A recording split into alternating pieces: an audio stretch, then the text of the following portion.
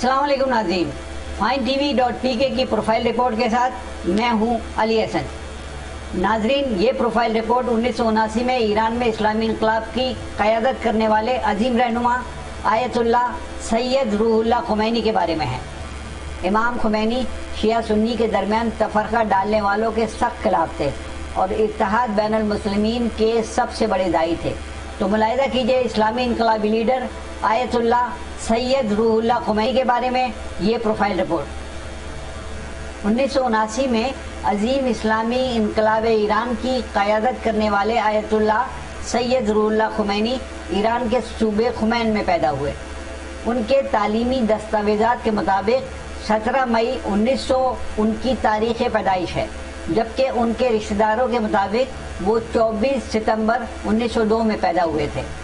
Ayatollah Khomeini के अजदाद ईरानी थे, ताहम उन्होंने तारीख़ के मुख्तलिफ अदवार में ईरान के मुख्तलिफ शहरों में हिजरत की और बाद में हिंदुस्तान में मुग़लिया दौरे हुकूमत के दौरान वो भारतीय सूबे उत्तर प्रदेश के इलाके अवध में जाकर आबाद हो गए। लेकिन फिर कुछ अरसे के बाद उनके परदादा ने भारत से इराक़ हिजरत कर ली और वहाँ से दोबारा ईरान पहुँचकर यहाँ आबाद हो गए। आयतुल्लाह खुमैनी का ताल्लुक़ एक छोटे ज़मींदार घराने से था। उनके वालिद को एक तनाज़े पर उस वक्त कत्ल कर दिया गया था कि जब इमाम खुमैनी की उम्र सिर्फ 2 साल थी, लिहाजा उनकी परवरिश उनकी वालदा के अलावा दीगर रिश्तेदारों ने की। उन्होंने इब्तदाई तालीम खुमैन में ही हासिल की, जिसमें उनके रिश्तेदारों की शफ़क़त और मोहब्बत शामिल हाल रही। बचपन ही से उनका रुझान दीनी तालीमात की तरफ था। आयतुल्लाह खुमैनी ने मकामी स्कूल के अलावा ईरान और इराक़ के मुख्तलिफ दीनी मदरसों से तालीम हासिल की। उन्होंने कुरान पाक हिफ्ज़ करने के अलावा अरबी ज़बान पर भी अबूर हासिल किया, जबकि उन्होंने मंतक, फ़लसफ़ा, नफ्सियात, फ़ल्कियात और तारीख़ अदयान आलम और इल्म सियासियात पर भी दस्तरस हासिल की। सैयद रूहुल्लाह खुमैनी को इस्लामी शरीयत और फ़िक़्ह की तालीम से गहरी दिलचस्पी थी, लिहाजा इस सब्जेक्ट पर उन्होंने मुकम्मल अबूर हासिल किया। 1963 में आयतुल्लाह सैयद हुसैन बुरुजर्दी की वफ़ात के बाद इमाम खुमैनी मर्जा के दर्जे पर फायज हुए, जबकि आयतुल्लाह की डिग्री भी हासिल की। आयतुल्लाह खुमैनी न सिर्फ शायरी में भी दिलचस्पी रखते थे, बल्कि वो एक बहुत अच्छे शायर भी थे। उनकी शायरी का मजमूआ उनके इंतकाल के बाद शाया किया गया है। आयतुल्लाह खुमैनी अरस्तू और अफलातून के फ़लसफ़े और मंतक के नज़रियात से मुतासिर थे। यही वजह है कि उन्होंने उनके ख़यालात और अफ़कार का गहराई से मुताला किया। इमाम खुमैनी मज़हब और सियासत को अलग अलग करके नहीं देखते थे। उनका मानना था कि ये दोनों हमेशा साथ साथ चलते रहने वाले हैं। इमाम खुमैनी सरमायादाराना निज़ाम और सोशलिज़म के भी शदीद मुखालिफ थे। सियासत के सब्जेक्ट पर उन्होंने न सिर्फ महारत हासिल की, बल्कि मुल्क के तूलो अर्ज़ में वो सियासी मामलात और मौज़ूआत पर लेक्चर भी देना और सेमिनार से खिताब करना भी शुरू कर चुके थे। इमाम खुमैनी बादशाहत के बजाय जमहूरियत पर यकीन रखते थे और एक आलिम दीन होने के नाते वो फहाशी और उरियानी के सख्त मुखालिफ थे। वाज़ेह रहे कि इस दौर में ईरान में फहाशी और उरियानी का दौरा था और इस मामले में ईरान बहुत से मगरबी ममालिक को भी पीछे छोड़ चुका था। ईरान में ये ज़माना रज़ा शाह पहलवी की बादशाहत का था कि जब ईरान में जिस्म फरोशी एक मामूल की बात थी और तेहरान मगरबी ममालिक समेत दुनिया के बेशतर ममालिक के लिए एक पुरकशिश अय्याशी का अड्डा था। इस वक्त ईरान अमेरिका के लिए बहुत ज़्यादा अहम मुल्क बन चुका था और ईरान ने खित्ते में अमरीकी CIA के सबसे बड़े अड्डे के तौर पर काम करना शुरू कर दिया था। आयतुल्लाह खुमैनी ने इस सूरत हाल के ख़िलाफ़ जब एक सियासी और मजहबी तहरीक चलाना शुरू की और जलसों और बड़े बड़े मजमों से खिताब करना शुरू कर दिया, तो उलमाए दीन की एक मुतासिर कुन तादाद के अलावा ईरानी नौजवानों की भी एक बहुत बड़ी तादाद उनके साथ शामिल होकर उनकी हम ख्याल बनती गई।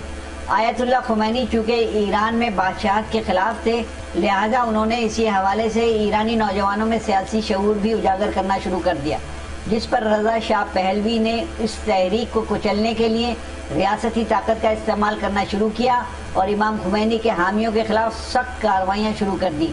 इस मौके पर उसने बहुत से मफाद परस्त उलमा को अपने साथ मिलाकर मुल्क में सफ़ेद इनकलाब का नया शोशा छोड़ा, जिसके ज़रिए मुल्क में बहुत से शोबों में इस्लाहात का वादा किया जा रहा था। لیکن آیت اللہ سید روح اللہ خمینی سمیت تمام مراجعوں نے اس نام نہاد سفید انقلاب کی شدت سے مخالفت کی، جس کے نتیجے میں امام خمینی کو ان کے دیگر درجنوں ساتھیوں سمیت گرفتار کر لیا گیا اور کئی ماہ تک قید میں رکھا گیا۔ لیکن اس دوران ایران میں بڑے پیمانے پر ہنگامے پھوٹ پڑے اور فسادات کے نتیجے میں سینکڑوں افراد مارے گئے۔ اس صورتحال کے پیش نظر رضا شاہ پہلوی کے لیے حالات بہت ہی زیادہ قابو سے باہر ہونے لگے تو 1965 میں رضا شاہ پہلوی نے آیت اللہ خمینی کو ملک بدر کر دیا۔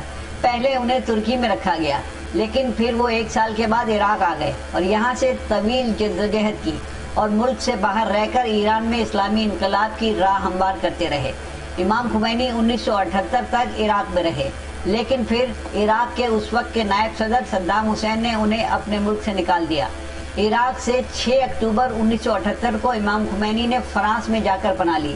اس دوران ایران میں حالات خراب سے خراب تر ہوتے گئے اور تمام تر پابندیوں کے باوجود ایران میں اسلامی انقلاب کے حامیوں کی تعداد میں غیر معمولی اضافہ ہوتا گیا، یہاں تک کہ 16 جنوری 1979 کو رضا شاہ پہلوی کو مجبوراً علاج کے بہانے ملک چھوڑنا پڑا اور وہ پھر کبھی واپس نہیں آیا، جبکہ اس کے 2 ہفتوں کے بعد یعنی فروری 1979 کو امام خمینی ایک عظیم فاتح کی طرح ایران میں داخل ہوئے، جہاں لاکھوں اسلامی انقلاب کے حامیوں نے ان کا فقید المثال استقبال کیا، ایسا استقبال کہ جس کی نظیر ماضی میں بلکہ آج تک نظر نہیں آتی، اور یوں ایران دنیا میں اسلام اور دین اسلام کی اقدار کے تحفظ و ترویج کا سب سے بڑا مرکز بن گیا۔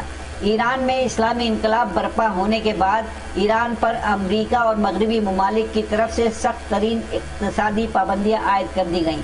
اس دوران انقلابیوں کی طرف سے تہران میں امریکی سفارتکاروں کو یرغمال بنانے اور امریکی سفارت خانے پر حملہ کرنے جیسے واقعات بھی درپیش رہے، جبکہ دوسری طرف اس وقت کے امریکی اتحادی عراق کے صدر صدام حسین نے امریکہ اور مغرب کے اشارے پر ایران پر حملہ کر دیا، جس کے نتیجے میں جنگ شروع ہو گئی اور تیل پیدا کرنے والے دنیا کے دوسرے بڑے ملک کو معاشی و اقتصادی طور پر کمزور کر کے اس کی کمر توڑنے کی کوشش کی گئی، جبکہ ایران کو اندرونی طور پر بھی کمزور کرنے کے لیے ہزاروں سازشیں اور حملے کیے گئے، لیکن امام خمینی نے ہار نہیں مانی اور حالات کا ڈٹ کر مقابلہ کیا۔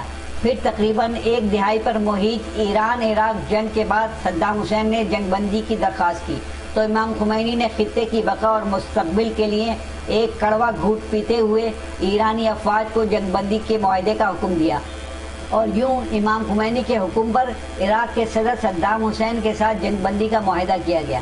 امام خمینی نے ایران کے آئین کو یکسر تبدیل کر کے اس کو اسلامی جمہوریہ ایران میں تبدیل کیا۔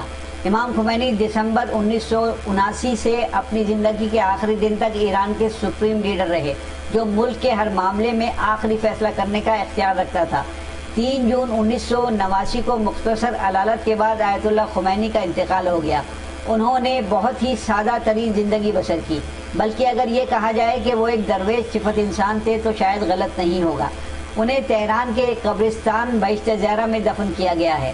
امام خمینی کی وفات کے دن کو ایرانی قوم آج بھی ہر سال یوم سوگ کے طور پر مناتی ہے۔ امام خمینی کے 2 بیٹے ہیں اور 3 بیٹیاں ہیں۔ امام خمینی شیعہ سنی کے درمیان تفرقہ ڈالنے والوں کے سخت خلاف تھے اور اتحاد بین المسلمین کے سب سے بڑے داعی تھے۔ یہی وجہ ہے کہ ایرانی انقلاب اب تک قائم و دائم ہے۔